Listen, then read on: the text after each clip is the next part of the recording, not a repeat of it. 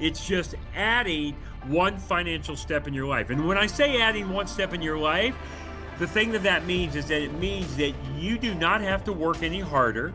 You don't have to change your cash flow. You don't have to take any additional risk with your money, and you never have to lose control. We just add one step in our financial life and teach this concept to you. Welcome back, investors. I'm your host, George Roberts, the author of Passionate Living Through Passive Investing. And today we will have the opportunity to dive into the world of infinite banking with Brent Kesler, the money coach and author of Mapping Out the Millionaire Mystery. He calls his implementation of the infinite banking concept the money multiplier. And today we're going to see how you can get all of the money back that you spend on every car you will ever buy for yourself and your family for the rest of your life. You'll learn why it makes sense to leave the world of fractional reserve banking and, more importantly, how to become your own bank. And now it's time to welcome today's exciting guest, Brent Kesler. Welcome to the show. Hey, George, thanks for having me. I'm excited to be here and share with your community today. Well, I'm particularly excited because even though I've done several shows with experts in infinite banking before, this morning I had a conversation with my wife about the concept. And, unlike the conversation that you explain in your book, she was immediately excited and said, why are we doing this already?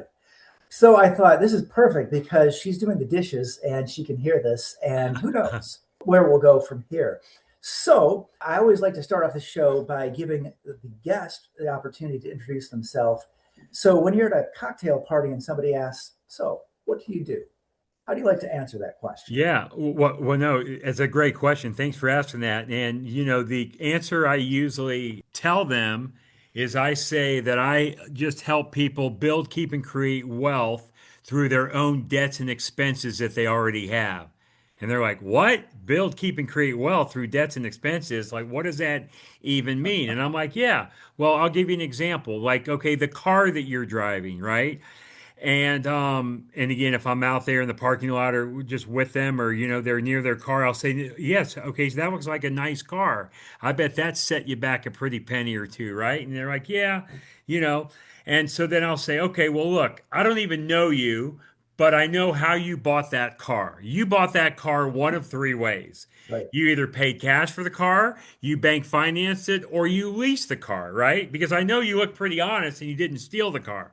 Yeah. So the thing you had to do is to take your money and you had to give it to somebody in order to get that car in return, right? So the money that you gave them, all money is a means of exchange, right? That's the true definition of money. Money is a means of exchange. In other words, we exchange money for food, food for money, car for money, money for car, house for money, money for house, right?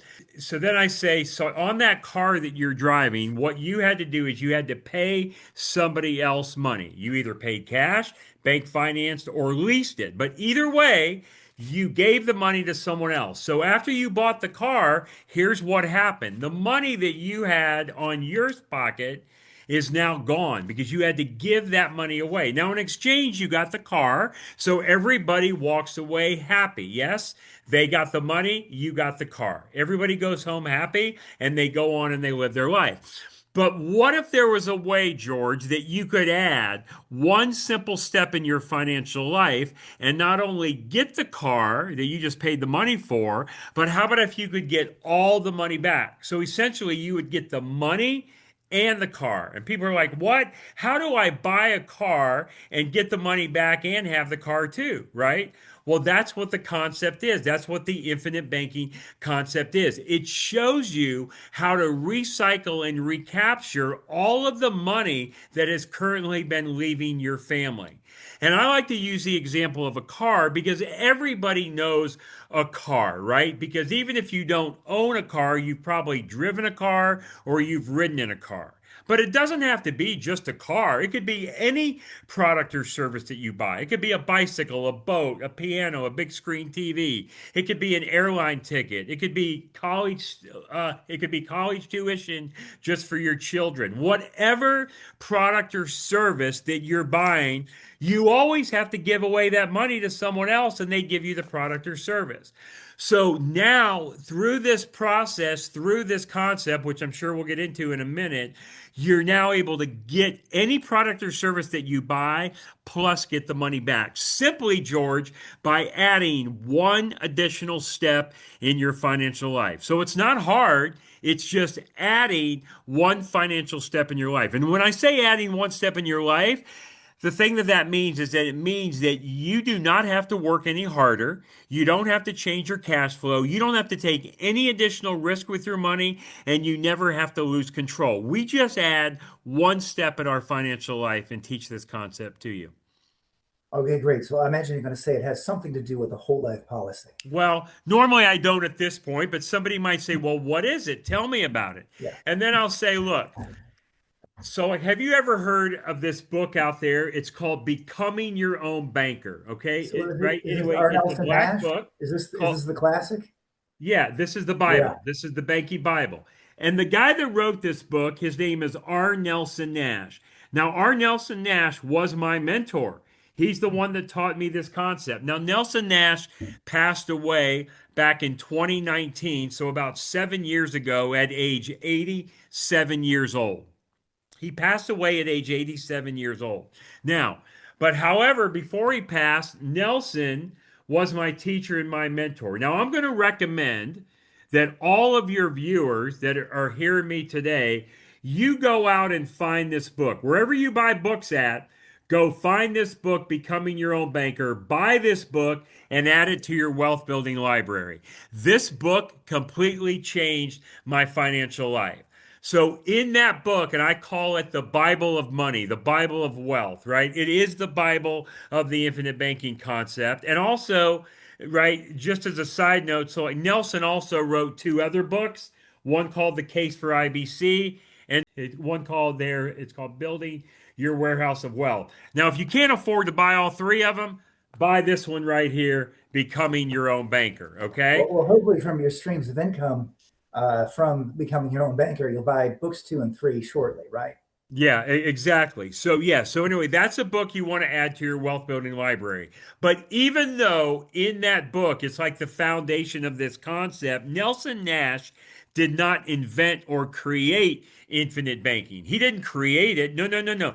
It's been around, George, for over 250 years. If you go out and research people like the Rockefellers, the Rothschilds, the Morgans, the Stanleys, the Barclays, if you go out and research how Walt Disney built Disneyland, how Ray Kroc funded McDonald's, how Pampered Chef got started before he purchased Pampered Chef, this is the concept that they use. So it's not a new method. It's not a new concept, even though the book that Nelson wrote, he never wrote it until 2001, so about 25 years ago, but it's been around for well over 200 plus years. What Nelson did is he just took this concept and he really broke it down and made it pretty simple to understand and learn. And me, I even made it more simple to learn because I wrote a book called Mapping Out the Millionaire Mystery. And now, anyway, You're that actually my book, copy here. I like audiobooks. there you This is go. the It's on simplest audio as way well.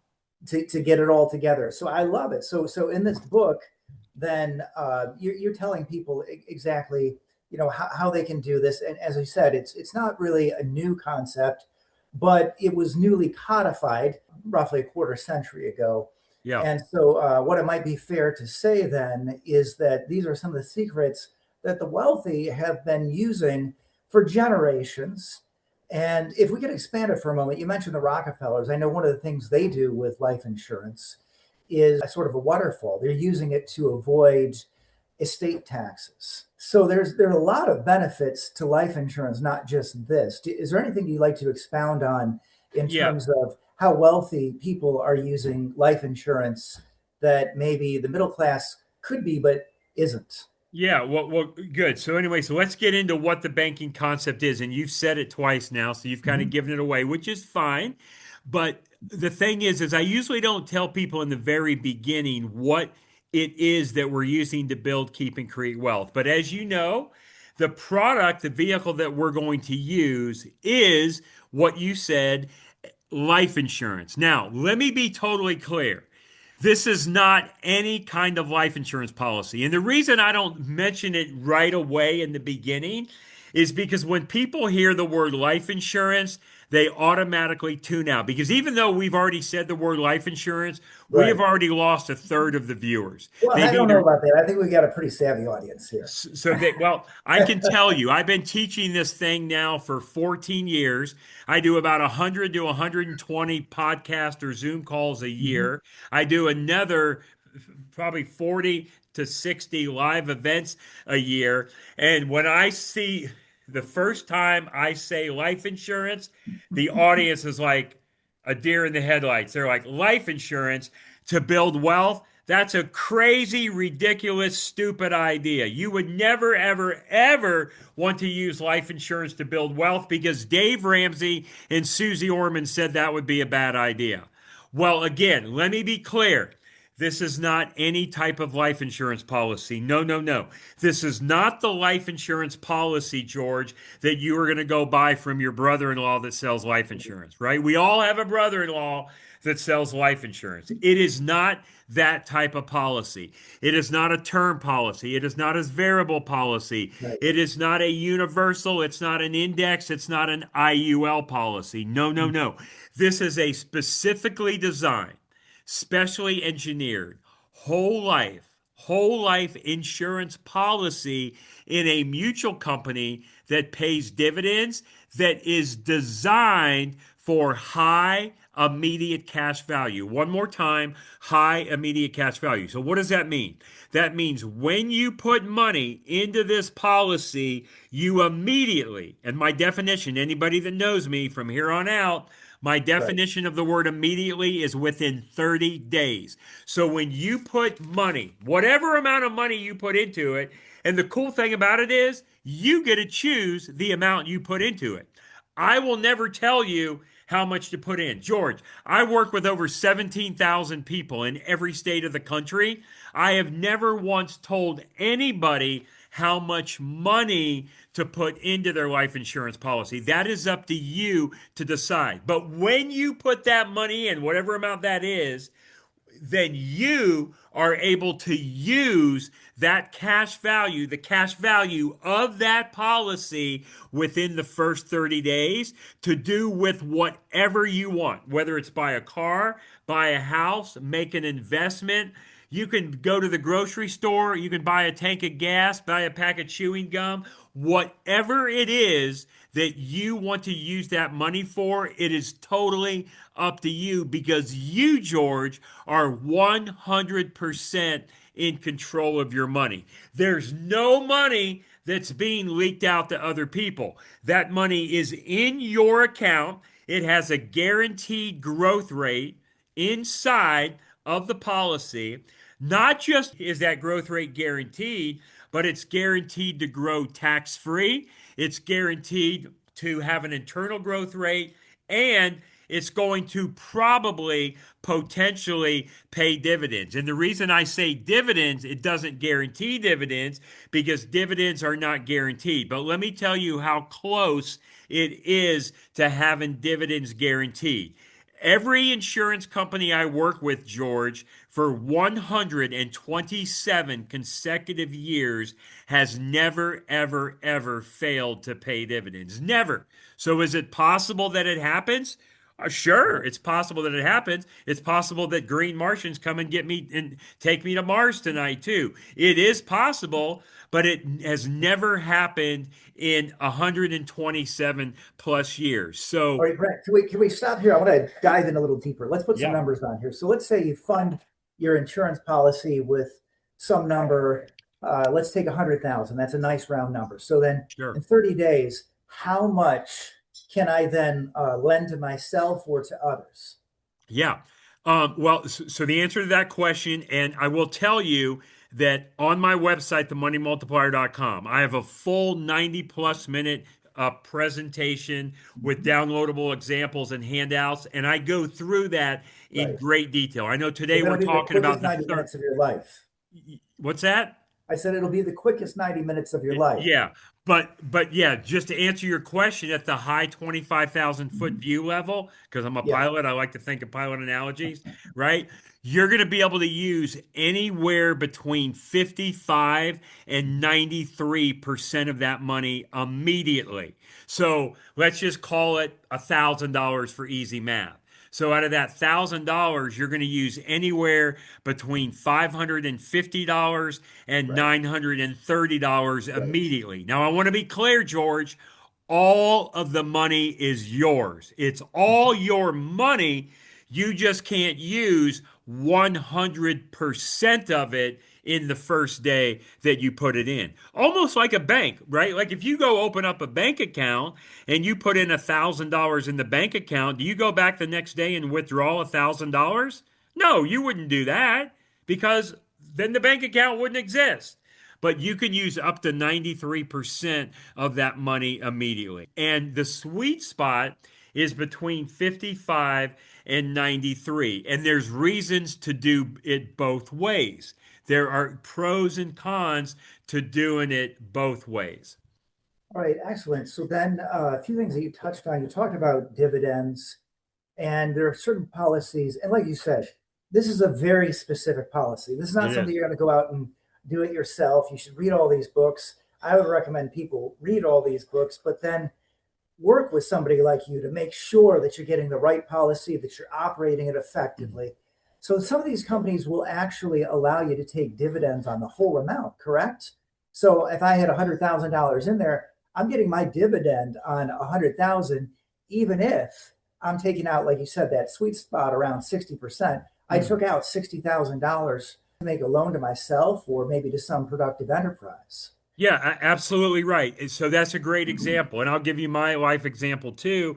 So the thing that you have, okay, essentially is let's just call it $100,000, like you said, and you took out, say, $93,000 of your money. And you went and you put it into a deal. You went and maybe you put it in. Again, it doesn't matter what you use the money for, but let's just say you put it into an investment deal. You put 93,000 into the investment deal, and that investment deal is going to pay you 10% interest, right? So you're going to earn the 10% interest on your investment deal that you took the 93,000 and put into it. But you're also earning the compounded growth on the full 100,000 as well. So you're double dipping on your money. Your money is Yes. working multiple times. So not only on your investment deal, you're making the money, in this case, 10%, but you're also making the guaranteed growth of the policy plus the dividends on the full 100,000, even though you've taken 93,000 out. Because here's what's happening, George. You don't take your money out of the policy when you go take a policy loan. You don't take your money. You simply put your policy up for collateral and you take a loan from the general fund of the insurance company, which is a great thing. And what that means is your money is growing and compounding in that guaranteed tax-free growth rate environment, and the government's completely out of your hair and you're making money in the other avenue too. Now, I'm going to give you an example of me. The thing I do is I lend money, right? So like again, this is my business, is teaching people how to do this. I'm a life insurance agent in every state of the country. So if a person is going to start this because they've heard me on your podcast, hopefully, and if this is the first time they've heard it, hopefully they're saying, well, man, maybe I should start one of those policies. Who do I start it with? Well, hey, pick me, pick me, pick me, right? This The is money what I coach. do. So, because the thing you have to do is you have to buy the policy from somebody. Okay, you got to buy it from somebody. So why not buy it from me since I'm teaching it to you? So how do I get paid? You never pay me a dime. I get paid. I get paid the same way the car insurance, the same way your car insurance guy gets paid. So, for example, George, if you go to John Smith, the Allstate man, to buy car insurance, right? The check that you write is not to John Smith. No, you write the check to Allstate, and Allstate pays John Smith a commission. So I get paid a commission on the policy that you start with our agency, the Money Multiplier. Now, look, you don't have to start a policy with us at the Money Multiplier. You can go start it with John Smith, the Infinite Banking guy that does infinite banking. But John Smith doesn't know infinite banking, so he's not going to be able to teach it to you. So I Right. teach the concept to you. That's all I do. But now, guess what happens when I make money? See, anytime I make money, that's my day job. I told you earlier off air, my wife used to be a nuclear engineer. So what was her job? She made money as a nuclear engineer. I have a son that's a property manager for high-end properties. How does he make his money? From managing properties. My youngest son is a pilot for NetJets. How does he make his money? He flies people around for NetJets. But then we make the money. Now, what do we do with the money? Well, yeah, we spend money on our bills, our debts, expenses, and all of that. But then you better hope there's money left over to continue to build wealth. And I know that's what you teach a lot in your podcast. So I am an investor and I am a lender. As we sit here and we talk today in early of 2026, I own several properties. I own rental properties, short-term rentals, long-term rentals, Airbnbs, VRBOs. I also lend money. I currently, as of the end of this past month, I currently have $10,200,000 lent out to people that pay me interest. And I lend that money out to them. They pay me interest. Let's hypothetically say I get 10% on 10 million.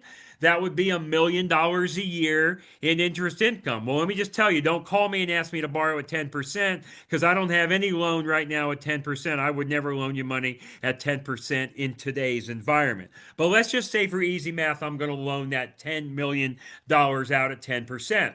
Well, for that loan, I've got to have collateral, and that collateral better equal 10 million plus. And I'm first position in that collateral, right? I even have a shirt, George, that says if you're not first, you're last. I even wear a t-shirt sometimes that says that. I'm not wearing that today, but sometimes I wear a t-shirt that says if you're not first, you're last, because I've been in second position before. So when I loan that Brent, money can we talk out, about that collateral for a moment? So I think one of the things that people initially face with this, it sounds like it's too good to be true. So why is, let me put it like this: the collateral that life insurance company has on that loan is pretty good, isn't it? well, sure, the collateral is your death benefit. That's the Yeah. collateral. Because, see, anytime you buy a life insurance policy, there is a death benefit associated with it, right? So if I go out and put in, say, $10,000 a year into a life insurance policy, it doesn't matter what amount, 10,000, 100,000, 1,000, then it's going to buy me X amount of death benefit. Let's just hypothetically say that $10,000 premium that I put in is going to buy me $1 million worth of death benefit. Okay, I'm just making up numbers. So I take a loan. On my policy. I take the cash value as a loan from the insurance company, not my own money, from the insurance company. So by taking that loan, what am I putting up for collateral? I'm putting up the death benefit. So let's just hypothetically say that I put in $10,000 and my death benefit is $1 million. And again, I should probably use bigger numbers. Let's say I put in $100,000 of money and my death benefit is $1 million. So let's say I borrowed out $100,000. I took a loan from the insurance company, not my own money. I borrowed out $100,000 and I don't pay back the policy loan. You never, ever, ever, ever have to pay back the policy loan. You don't have to. As a matter of Right. fact, I very seldom do I pay mine back. Because if I have use for the money, I'm not going to pay back the policy loan. I'm going to use that money and keep it in motion. My wife likes to call her money her green men. She does not like green men to sit on the couch and not work and be lazy. She wants the green men working. And how are they working? They're buying the properties. They're making the lending. They're doing all of that, right? So let's hypothetically say, though, that I took that $100,000 out in cash and I never pay back the policy loan. And then all of a sudden I die, right? I die. Well, now what happens? Well, I have a $1 million death benefit. So what the $1 million death benefit does is it's going to pay out my beneficiaries $1 million. Does it pay them out $1 million? Well, it does, but they subtract the $100,000 they've already given me because they've already given me that money in advance. So now the loan gets paid off of 100,000 and my beneficiaries get the remainder of 900,000. So isn't that cool, George? We are essentially what we're doing is we are using a portion of our death benefit while we're living. We are able to use a portion of our death benefit while we're living instead of us leaving it to our ungrateful children. Let's hope not. Okay, so for those that would like to reach out to you, what is the best way to reach out to Brent Kesler? Email, website, carrier pigeon, or smoke signals? Yeah, How Brent do they at the get in money. touch with you? Yeah, Brent at themoneymultiplier.com. Brent, Brent at themoneymultiplier.com. Or our website is www.themoneymultiplier.com, and you can find me there. And guys, look, the thing is, go Google my name. Go Google the Money Multiplier. Go Google my name, Brent Kesler, with one S. You'll see you'll see days of information. You can go and do research on me and what I've done and all the success stories, the plan designs, the testimonials, the case studies. So don't take what I say as the truth. Go listen to all the people that I've worked with for many, many years and see how their financial life has changed by working with this concept. All right, beautiful work. I want to thank you, Brent, for taking the time to share your knowledge and experience with our audience. Thank you, George. Hope to do part two sometime. All right, I love it. Take care. See you, man.